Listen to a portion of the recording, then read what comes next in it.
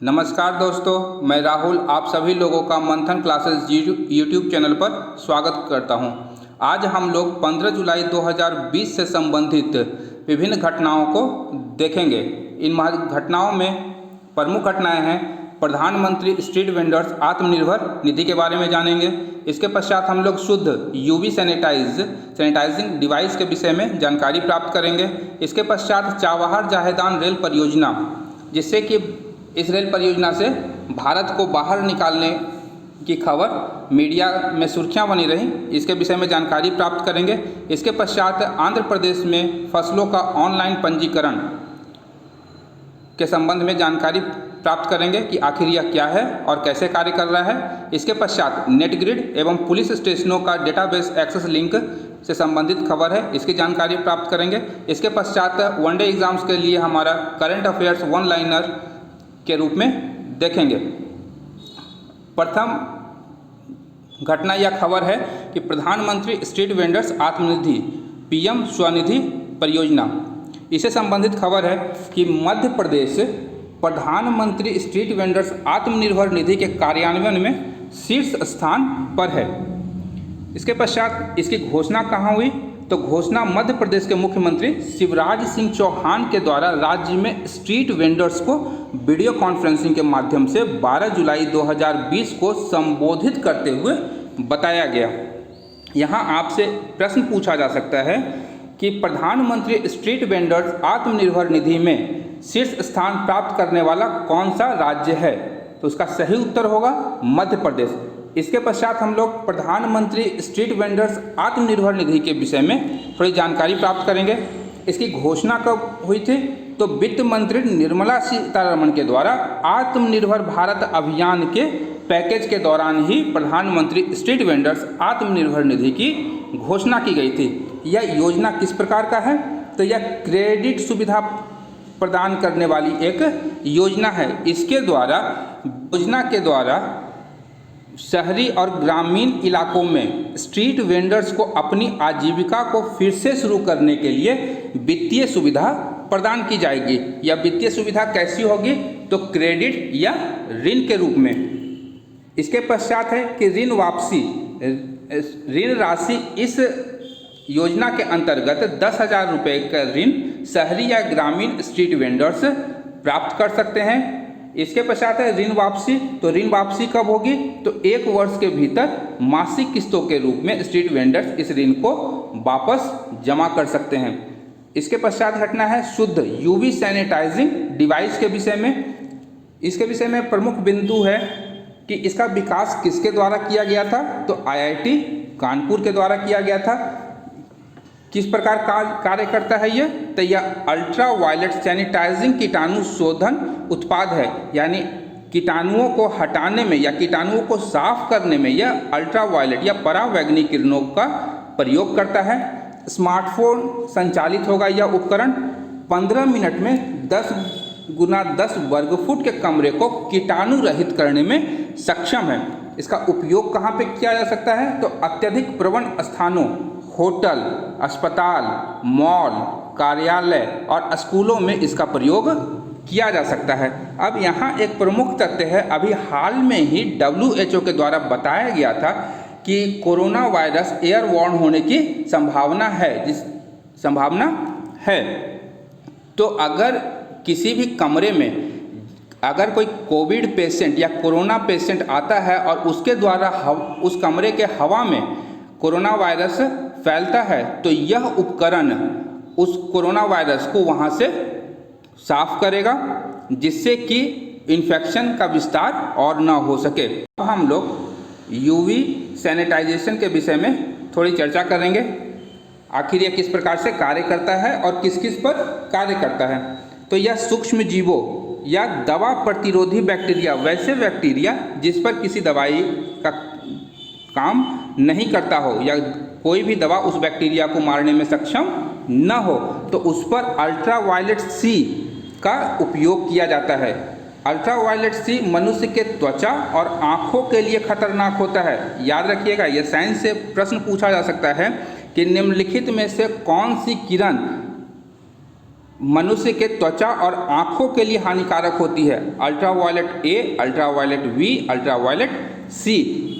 तो इसका सही उत्तर होगा अल्ट्रावायलेट सी। जैसा कि हम लोग जानते हैं कि परावैंगनी किरणें 3 प्रकार की होती हैं, ultraviolet A, ultraviolet B, ultraviolet C. तो अल्ट्रावायलेट सी मनुष्य के त्वचा और आँखों के लिए हानिकारक होती है।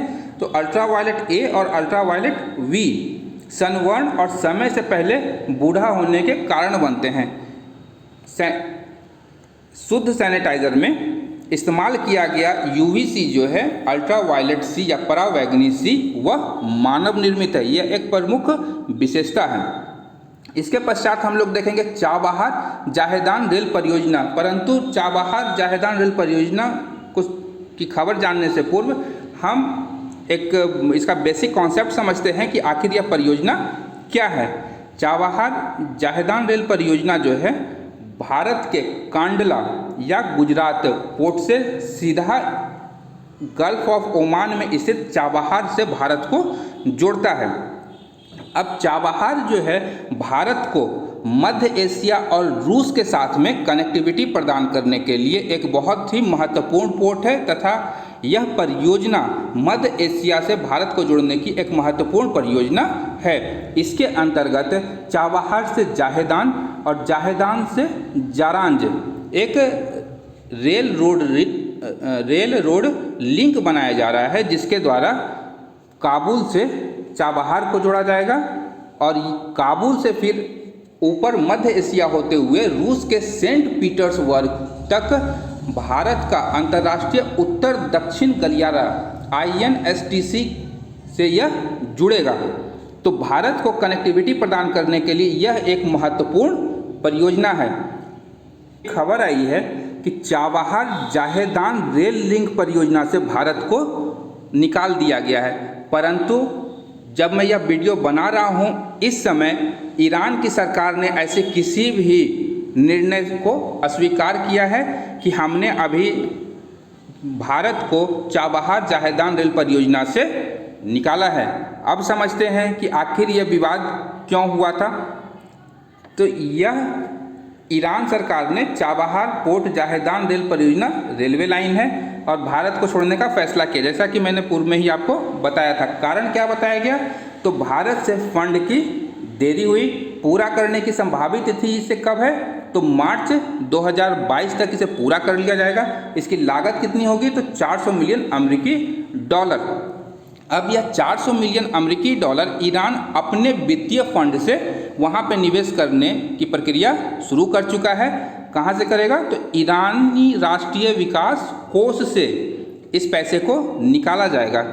अब Chabahar port Zahedan rail line परियोजना के विषय में जानते हैं। इसकी लंबाई कितनी है, तो 628 किलोमीटर। समझौता ज्ञापन पर हस्ताक्षर जो हुआ था वह इरकॉन इंटरनेशनल लिमिटेड और ईरानी रेलवे के मध्य 2016 में भारत के प्रधानमंत्री श्री नरेंद्र मोदी की ईरान यात्रा के दौरान की गई थी। यहाँ पे भारतीय हित क्या है कि भारत को अफगानिस्तान और शेष मध्य एशियाई राष्ट्रों के साथ एक वैकल्पिक मार्ग प्रदान करने की सुविधा देता है। यद्यपि हम लोग जानते हैं कि भारत का ट्रेड रूट अगर ज़मीनी रास्ते से देखा जाए तो वह पाकिस्तान से होते हुए अफगानिस्तान और फिर मध्य एशिया तक जाता है, परंतु कनेक्टिविटी के मुद्दे पर पाकिस्तान अफगानिस्तान के लिए भारत को अपनी ज़मीन को उपयोग करने की इजाज़त नहीं देता है। इसके नेपथ्य में बहुत सारे कारण हैं, उसे हम दूसरे वीडियो में देखेंगे। अब आगे है कि आंध्र प्रदेश में फसलों का ऑनलाइन पंजीकरण। प्रमुख बिंदु क्या है, तो रयूथु भरोसा केंद्र के द्वारा आंध्र प्रदेश में फसलों का मानचित्रण किया जाएगा। उत्तरदायित्व किसे दिया गया है यह मानचित्रण का, तो राजस्व और कृषि विभाग के अधिकारियों को दिया गया है। इलेक्ट्रॉनिक फसल पंजीकरण से प्राप्त आंकड़ों के आधार पर फसलों के बीज उपलब्ध कराए जाएंगे या आपूर्ति की जाएगी। साथ ही ऑनलाइन डेटा से राज्य सरकार को विभिन्न योजनाओं और विभिन्न पहलों में मदद मिलेगी, जैसे ब्याज मुक्त ऋण देने में, फसल बीमा में, रयूथु भरोसा में, MSP या न्यूनतम समर्थन मूल्य के में आदि में यह अपनी महत्वपूर्ण भूमिका निभाएगा। इसके अतिरिक्त राज्य भर में जिस भी जमीन पर मछली पालन किया जाता है उसे भी इस योजना के तहत पंजीकृत किया जाएगा। यहाँ आपसे प्रश्न पूछा जा सकता है कि हाल ही में भारत के किस राज्य में फसलों का ऑनलाइन पंजीकरण प्रारंभ हुआ, तो उसका उत्तर होगा आंध्र प्रदेश। इसके बाद है नेट ग्रिड।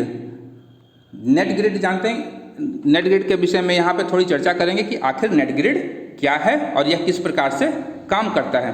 तो नेट ग्रिड क्या है? एक इंटेलिजेंस एकत्रीकरण मैकेनिज्म है। इसके द्वारा विभिन्न प्रकार के इंटेलिजेंस इनपुट एकत्र किए जाते हैं और एक सेंट्रलाइज्ड डेटाबेस में उसे रखा जाता है। इस परियोजना की लागत कितनी है? तो 3400 करोड़ रुपए इसकी लागत है। इसकी परिकल्पना कब की गई थी? जब 26/11 में मुंबई आतंकी हमला हुआ था, तो भारत में किसी भी प्रकार का एकीकृत डेटाबेस नहीं था जिससे यह आइडेंटिफाई किया जा सके कि किसने यह हमला करवाया है या किस प्रकार के इनपुट्स जो हैं खुफिया तंत्र के द्वारा राज्य पुलिस या अन्य एजेंसियों के साथ में साझा किए गए हैं।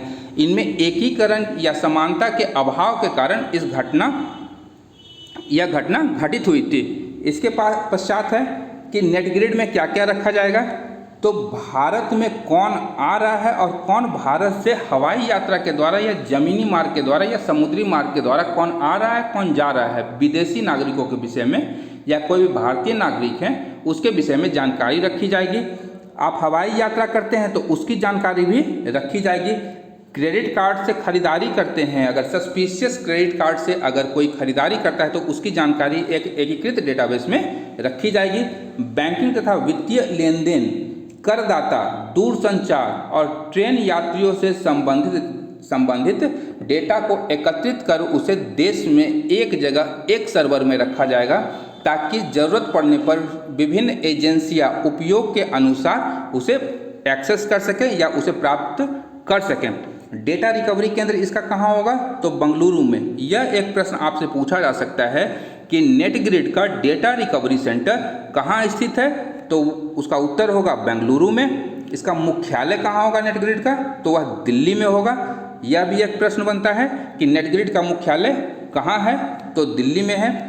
पहले चरण में 10 यूजर एजेंसियां होगी और 21 सर्विस प्रोवाइडर शामिल होंगे।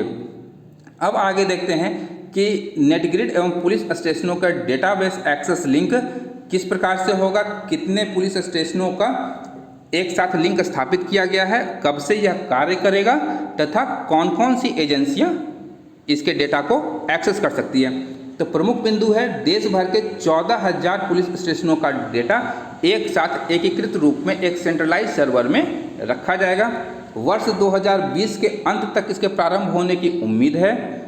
इसमें क्या क्या जानकारियां होंगी? तो वही FIR से संबंधित जानकारी, बैंकिंग और संदिग्धों के फ़ोन विवरण, चुराए गए वाहनों की जानकारी आदि के लिए सुरक्षा और खुफिया एजेंसियों के लिए एक केंद्रीकृत ऑनलाइन डेटाबेस के रूप में यह कार्य करेगा। अब वह 10 एजेंसियां कौन होंगी जो नेट ग्रिड से संबंधित रियल टाइम बेसिस पर डेटा प्राप्त कर सकती हैं? तो प्रमुख एजेंसी हैं IB, raw research and analysis wing, केंद्रीय अन्वेषण ब्यूरो या CBI, प्रवर्तन निदेशालय ED, राजस्व इंटेलिजेंस निदेशालय, फाइनेंशियल इंटेलिजेंस यूनिट, केंद्रीय प्रत्यक्ष कर board, central board of excise and customs, director general of central excise and intelligence, narcotics control board आदि। ये 10 प्रमुख एजेंसियां होंगी जो कि नेट ग्रिड के डेटा को एक्सेस कर सकती हैं। आपसे प्रश्न पूछा जा सकता है कि नेट ग्रिड के डेटा को कितनी एजेंसियां एक्सेस कर सकती हैं? तो इसका सही उत्तर क्या होगा? 10 एजेंसियां ही एक्सेस कर सकती हैं। इसके अतिरिक्त और कोई इस डेटा को एक्सेस नहीं कर सकता है। इसके पश्चात हम देखेंगे करंट अफेयर्स वन लाइनर के रूप में, जो कि 15 जुलाई 2020 तक घटित घटनाओं पर आधारित हैं। तो हाल ही में सर्वोच्च न्यायालय ने तिरुवनंतपुरम केरल के पद्मनाभ स्वामी मंदिर में प्रशासन में पूर्ववर्ती त्रावणकोर शाही परिवार के अधिकार को बरकरार रखा है। यह त्रावणकोर शाही परिवार ही पद्मनाभ स्वामी मंदिर के प्रशासन के लिए उत्तरदायी है और इसे बरकरार कौन रखा है? सर्वोच्च न्यायालय ने। अब यहाँ देखेंगे कि विभिन्न देशों में भारत के राजदूत या उच्चायुक्तों की नियुक्ति की गई है। पहला है बांग्लादेश। बांग्लादेश के लिए राजदूत हैं विक्रम दोरीस्वामी और अफगानिस्तान के लिए हैं रुद्रेंद्र टंडन। इसके पश्चात है सरकार की तरफ से जारी ताज़ा आंकड़ों के अनुसार 2020 में खुदरा महंगाई दर कितने प्रतिशत तक पहुंच गई? तो 7.87%। भारतीय रेलवे ने कब तक रेलवे को ग्रीन जोन बनाने की घोषणा की है? तो साल 2030 तक। यह आपके लिए बहुत ही महत्वपूर्ण प्रश्न है, आपसे विभिन्न परीक्षाओं में पूछा जा सकता है कि भारतीय रेलवे ने कब तक रेलवे को ग्रीन रेलवे बनाने की घोषणा की है? तो साल 2030 तक। पाकिस्तान 15 जुलाई से भारत के साथ बाघा सीमा के माध्यम से अफगानिस्तान के निर्यात को फिर से शुरू करेगा। या यहाँ से प्रश्न पूछा जा सकता है कि पाकिस्तान कब से? आप अभी देख चुके हैं कि ईरान भारत संबंध के अंतर्गत कि ईरान ने अपने एक रेल परियोजना से भारत को निष्कासित कर दिया, और भारत उस परियोजना में क्यों जुड़ा था कि पाकिस्तान को बाईपास करते हुए अफगानिस्तान और मध्य एशिया से जुड़ने के लिए भारत ने उस परियोजना पे अपना पैसा लगाया था या सहयोग करने का समझौता किया था ईरान के साथ में। तो यहाँ पर है कि पाकिस्तान ने फिर से भारत के साथ बाघा सीमा के माध्यम से अफगानिस्तान के निर्यात को फिर से शुरू करेगा। इसके पश्चात है कोविड-19 के दौरान वेस्टइंडीज़ और इंग्लैंड की एक टेस्ट श्रृंखला चल रही है, जिसमें खेले गए पहले टेस्ट में वेस्टइंडीज़ ने इंग्लैंड को 4 विकेट से हरा दिया है। यह एक पहला टेस्ट था कोविड-19 के पश्चात। यह आप ध्यान रखिएगा, यह पूछा जा सकता है प्रश्न। इसके पश्चात है कि किस दिग्गज हॉकी खिलाड़ी को मोहन बागान लाइफ टाइम अचीवमेंट पुरस्कार से सम्मानित किया गया? तो कौन है वो? अशोक कुमार। अशोक कुमार को हाल में ही मोहन बागान लाइफ टाइम अचीवमेंट अवार्ड से सम्मानित किया गया। इसके पश्चात है केंद्रीय सशस्त्र पुलिस बल द्वारा CRPF के द्वारा आयोजित अखिल भारतीय पौधरोपण में अभियान में किस केंद्रीय मंत्री ने शिरकत की थी? तो अमित शाह। अमित शाह गृह मंत्री हैं और CRPF गृह मंत्रालय के अंतर्गत ही संबंधित घटनाओं का एक संक्षिप्त विश्लेषण था। आशा करता हूं कि इस वीडियो से आपको कुछ जानकारी प्राप्त हुई होगी। आप हमारे इस चैनल को सब्सक्राइब करें, लाइक करें और साथ ही साथ बेल आइकन को दबाना बिल्कुल भी ना भूलें, ताकि नोटिफिकेशन आपको प्राप्त होती रहे। यदि आप हमारे इस चैनल के माध्यम से दिए जा रहे करंट अफेयर से संबंधित वीडियो की PDF को प्राप्त करना चाहते हैं, तो आप हमारे टेलीग्राम चैनल को या टेलीग्राम ग्रुप को ज्वाइन कर सकते हैं। इसका लिंक डिस्क्रिप्शन बॉक्स में दिया गया है। धन्यवाद। मैं राहुल, टीम मंथन की ओर से।